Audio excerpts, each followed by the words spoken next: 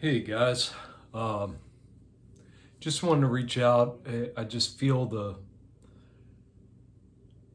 I just feel like I need to connect with y'all.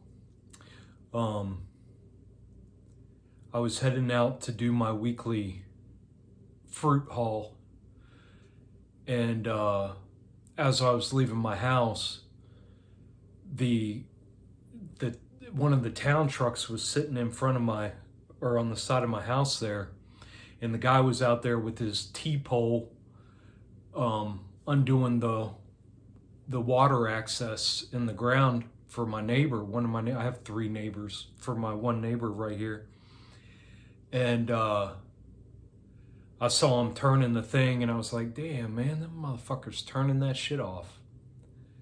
And it was funny. It wasn't funny, but I didn't even realize it till afterwards because I was in my basement right before I had left, and I had opened the door, and I saw my neighbor's vehicle in his driveway, and he was leaving, he was backing out, and then not even 2 minutes later I'm leaving, and that's when the town guy had come and shut him off. So he was obviously waiting, you know, until the neighbor left to turn his services off. Because anyways, so I pulled down next to the guy, and I was like, "Hey man, what are you doing?" Said, "You turned his water off?" He goes, "Yeah, turning his electric off too." A young kid, you know, probably in his, I mean, he looked to be 20 years old. Uh, I was like, "Man, that's pretty fucked up, don't you think?" He goes, well, you gotta pay. I was like, "What if you can't?" He's like, uh, I was like, I guess then, what'd I say to him?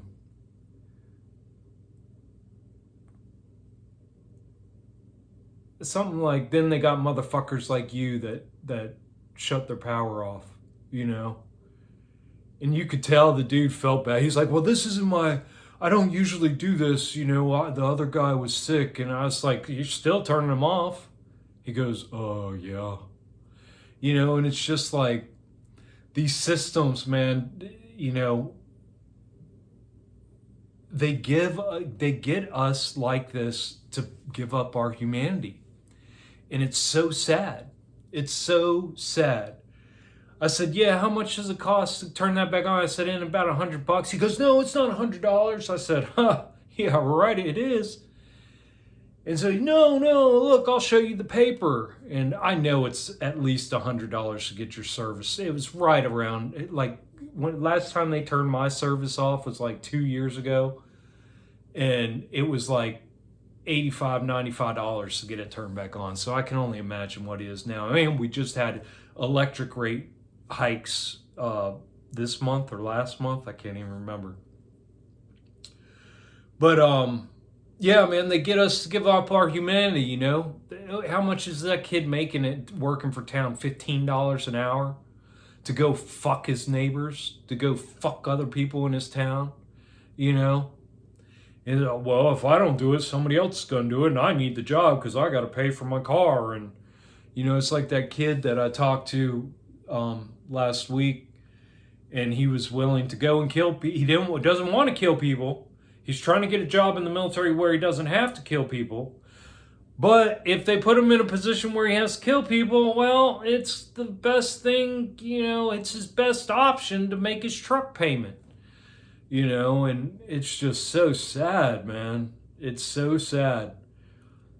And it just makes it very apparent of stories that we've read throughout history of, you know, these governments and everything, that, you know, the foot soldiers will go in and slaughter people and imprison them and do all kinds of inhumane acts and crimes against humanity to them. And you know, I remember growing up, you know, it's like, how could anybody ever do that? That was always saying, how could anybody ever do that?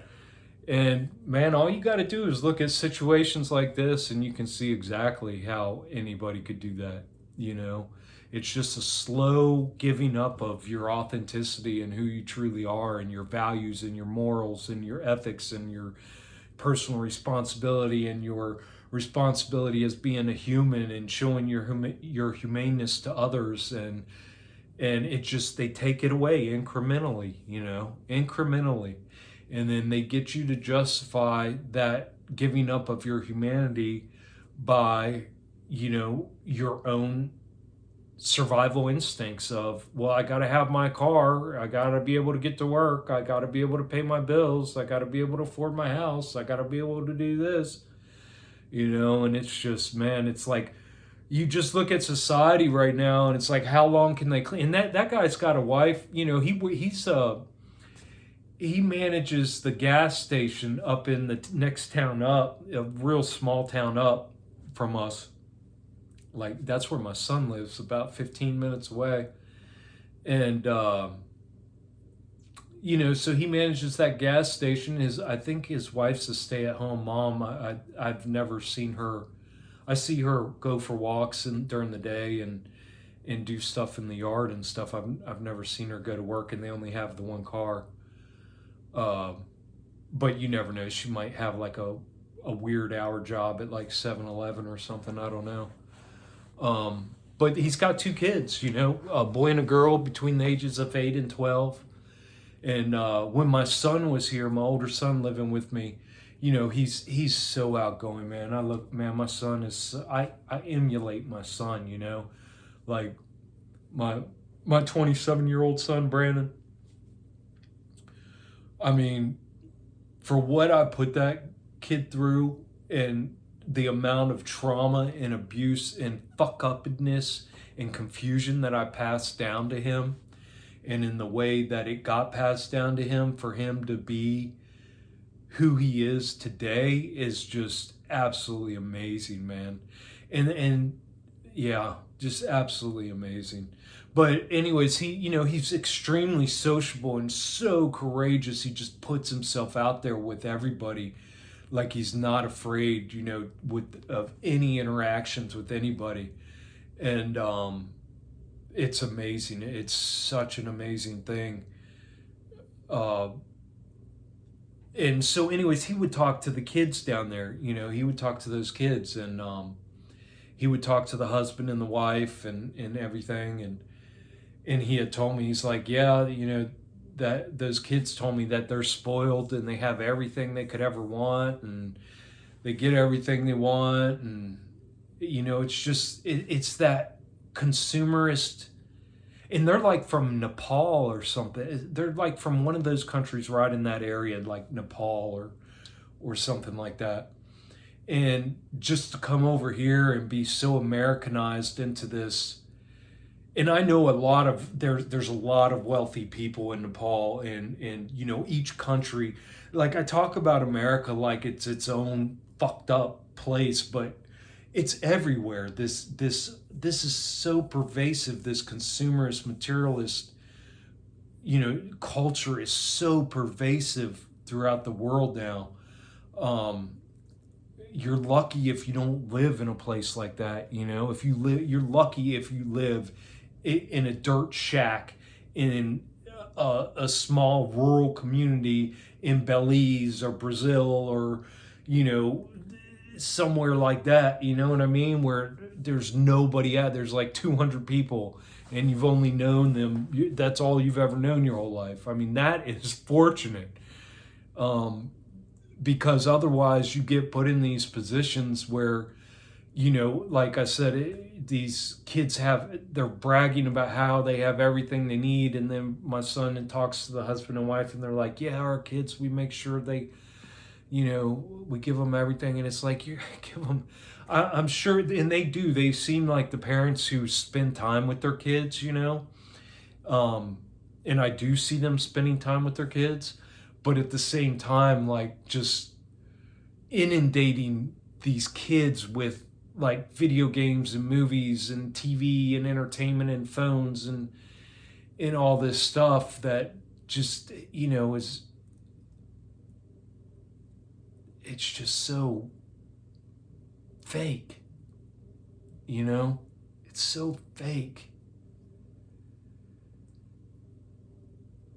But just to, to see that today, and I drove off, and I had a conversation with that guy, turn his water, because he went to the truck like he was looking to prove me wrong that it costs $100 to get your service back on, and then he's like, oh, that's funny, it's not on the paper, and I'm like, okay, dude. Anyways, it doesn't matter if it costs $80, $100, it doesn't matter. I said, man, and so now he's right by my window on my passenger side because I pulled down out of my driveway, and he's talking to me through my window there, and I'm just like, man, I'm like, don't you even consider the fact that these people are going to lose everything in their fridge? And, they can't even afford to pay their fucking electric and water bill right now. Then they got to pay $100 to get on. Then they're losing all their food in the fridge. It's like, damn, man. He's like, yeah, we should have a better way to do it. We should be putting out these tags on their door like at least a week before we turn it on. I'm like, fuck, a week, man. You should be putting out a month. And I said, the county's got so much fucking money in services around here.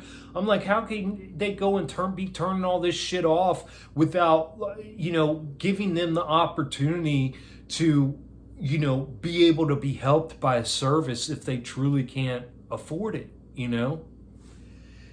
And then it comes back to, they instead of paying their whatever, God knows what their electric bill is, $200, $300, God even knows. Instead of paying that, they're paying for trinkets to make sure that their kids have everything they need. So it's like a whole just fucked up, everything's fucked up, and it's like, because I've seen their services get turned off a couple times. They've been here for like maybe 2 years, and I've seen their services get cut off several times now, at least 4 or 5, 6 times. And,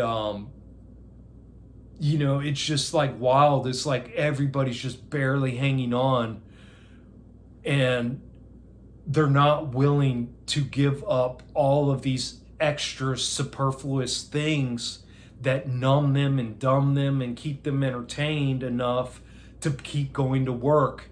It's like those things are so necessary in order to sacrifice your time, attention, and energy into these slavery systems.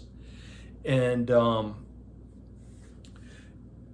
it's like, how long can you hold on like that? Over half of America, well over, I think it's something like 65, maybe 70% of Americans are 1 month away from losing everything. 1 fucking month away from losing everything. And if you don't have family, if you don't have friends, and if you don't have family or friends that have extra money to help you out, you're fucked. You're done. And I don't mean fucked like you're fucked because you're losing everything. You're fucked in your situation. Because if you are able to hang on to your place or whatever, by the time, and you do get some help, by the time you pay late fees and everything and try to get caught up, and it's like, when does it end? So it has to come to a head at some point in time. And the older you get, the harder it's going to get, because you've been killing yourself with toxicity, and you've been numbing and dumbing yourself. And then you get put in this position where now all of a sudden you got to quit because you don't have a choice. You got to quit all these copes that you were living with. And, it's like, and millions and millions and millions of people. Guys, you wouldn't even believe, oh man, for the longest years and years and years, I would watch all these homeless videos, like all these guys on YouTube that follow the homeless around. And it's everybody. It's any walk of life. In America, it's any walk of life. I mean, I've serious for years would watch hours and hours and hours of homeless videos, the people that follow the homeless around. And it is literally every walk of life. No one's safe in this country. All it takes, right now, you can't even find jobs. Nobody can find a job. These kids can't even they don't even have an option to leave their parents' house because the highest paying job that they can get is $12, maybe $15 an hour if they're lucky, and they're getting taxes taken out of that. And good luck finding anything for rent for less than 12 to, God, around here. You can't find anything for rent for less than $1,200 unless you're on, Section 8 or something like that. And if you're a single individual with no kids, you can't do that. So they're like, that forces women. They're like, oh, I'm going to have kids. That way I can get on Section 8 and then at least I'm taken care of. And it's just a whole complete fucking mess, man. It's a complete fucking mess. And it's crumbling. I mean, it's crumbling before our eyes. We're watching the fall of the empire, and that's why they're pushing that's why they're legalizing marijuana. That's why they got the UFC for free now. That's why they got all this shit out there. Anything to keep you dumb and distracted until it's too late. And then you find yourself, again, not fucked. When I say fucked, I mean fucked from your current perspective. In reality, it's a blessing. Like I've been saying over and over again for years, it's a blessing to lose it all. That is the biggest blessing you could have, is to lose it all. Because if you aren't forced into that position through financial means, through your health, through something bad happening in your family, you're losing your wife and your kids and your whole family getting wiped out or whatever in a car accident or something. If you don't have one of those life-changing, life-altering events that you have no control over, we tend to do everything to desperately cling to every part of this system, whether it be a program in our mind or way we regulate our nervous system or a way we keep ourselves numb or whatever. We will feign change like we're changing, like, oh, I'm a vegan, but we're not making the true tough choices that we need to be making in order to truly live. It really comes down to this. You're either choosing life or you're choosing death. And everything in this system is death. A 40-hour work week is death. Now, if you find yourself in that position and you are trying to work yourself out of that position, or whatever your goal is, or your focus is to get out of that dead-end, mind-numbing, energy-sapping job and into, where you get all your needs and necessities down all the way to base level, where you don't have to have a 40-hour-a-week job, and you don't have to have the $1,500 a month rent or the $2,000 a month mortgage, and the cars and the insurance and all that bullshit. What I'm saying is, everything you do is either feeding into life or you're feeding into death. Everything you do is either giving you energy or it's stealing your energy from you. And if you find yourself on this hamster wheel, and these things that I'm saying about only being 1, maybe 2 months at the most, if you lost your job or whatever else, being able to find something else, and these things resonate and you find yourself in that position, that's your type of life, then you are foolish for not taking it upon yourselves right now to start shedding these superfluous wants, so-called needs, desires, copes, and everything else. Because it could be tomorrow, it could be next week, it could be next month. You don't know. You don't know when you walk outside if you're going to get hit by a bus. You don't know if you're going to get injured and not be able to work. You don't know if you're going to twist your ankle and not be able to perform. You have no clue. You have no clue what's going to happen. And you are literally living by the skin of your teeth. And instead of taking the opportunity of that 40-hour work week that's paying you just enough to keep a roof over your head and all these little necessities, instead of taking that opportunity to slowly work on yourself and get rid of these excess baggage and garbage that's keeping you chained up to the system, and instead you're, just numbing and dumbing yourself and keeping yourself entertained with the false, ridiculous, insane idea that this is going to last forever, that you're going to be able to keep it up forever, then you're losing the opportunity.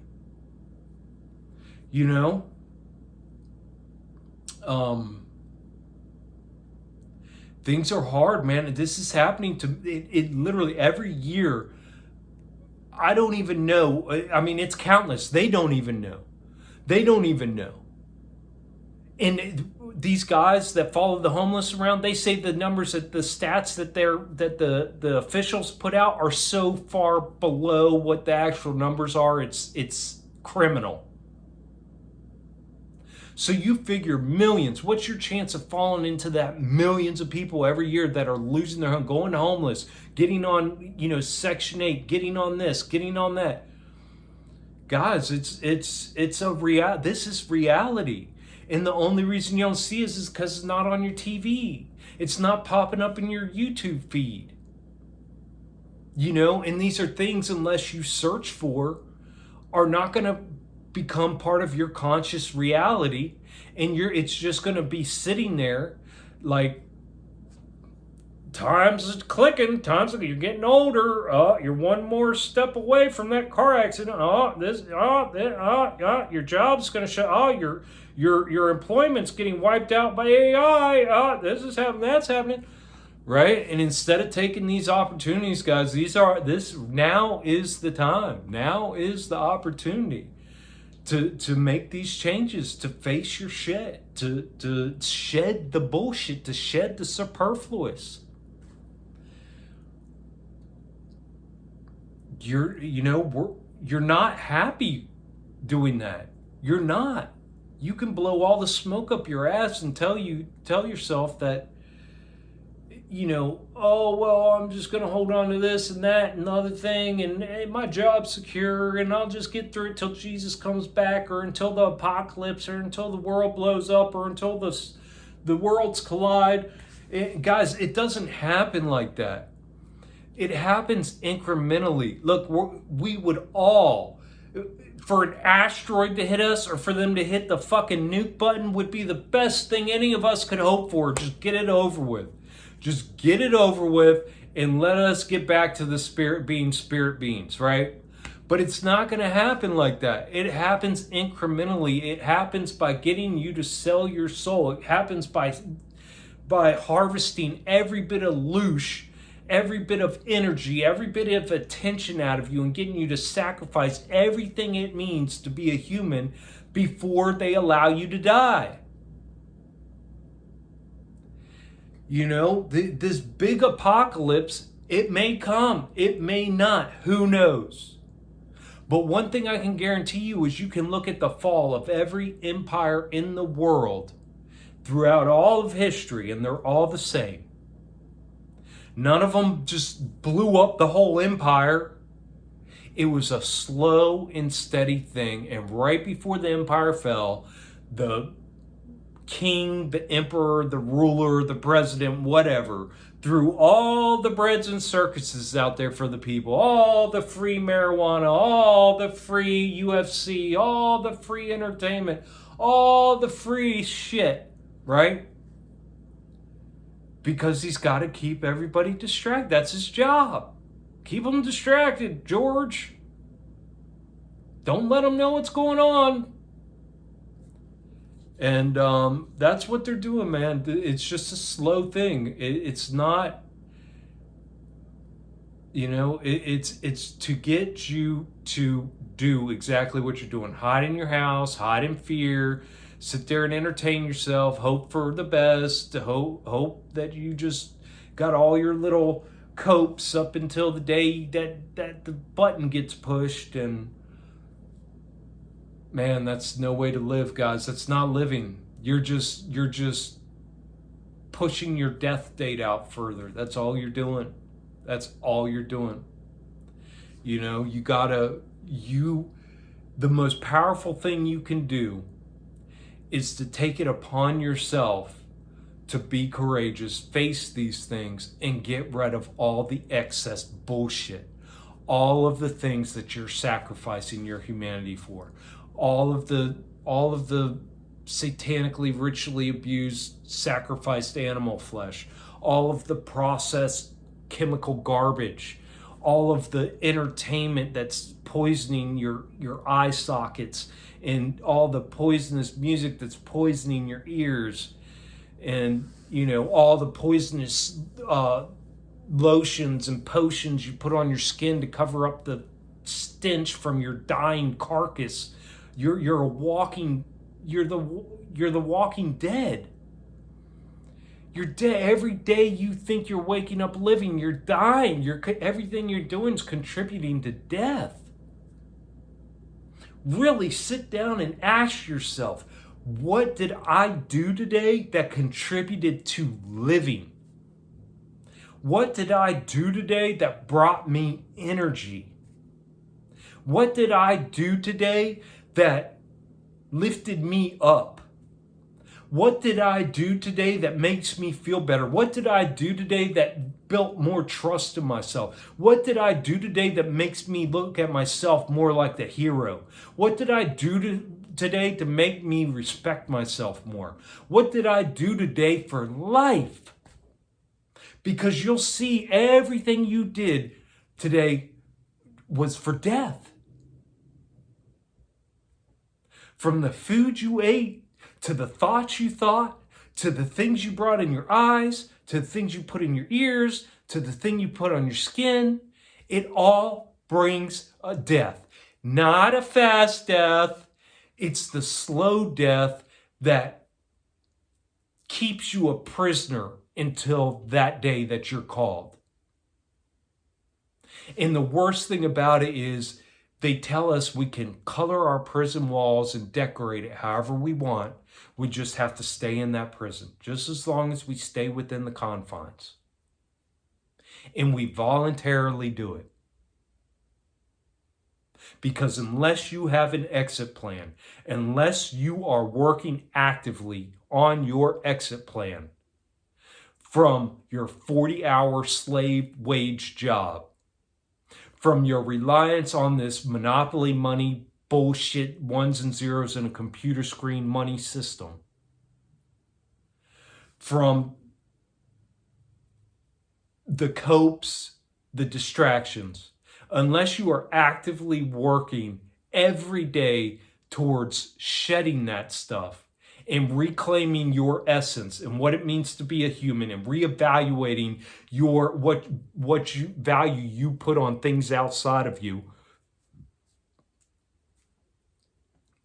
everything you're doing is contributing to death.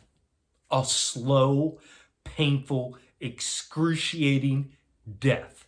And that's why you have to cope and numb in order to get through the day.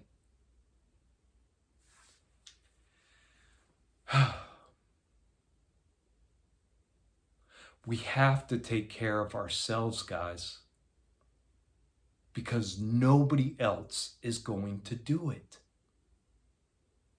I love you.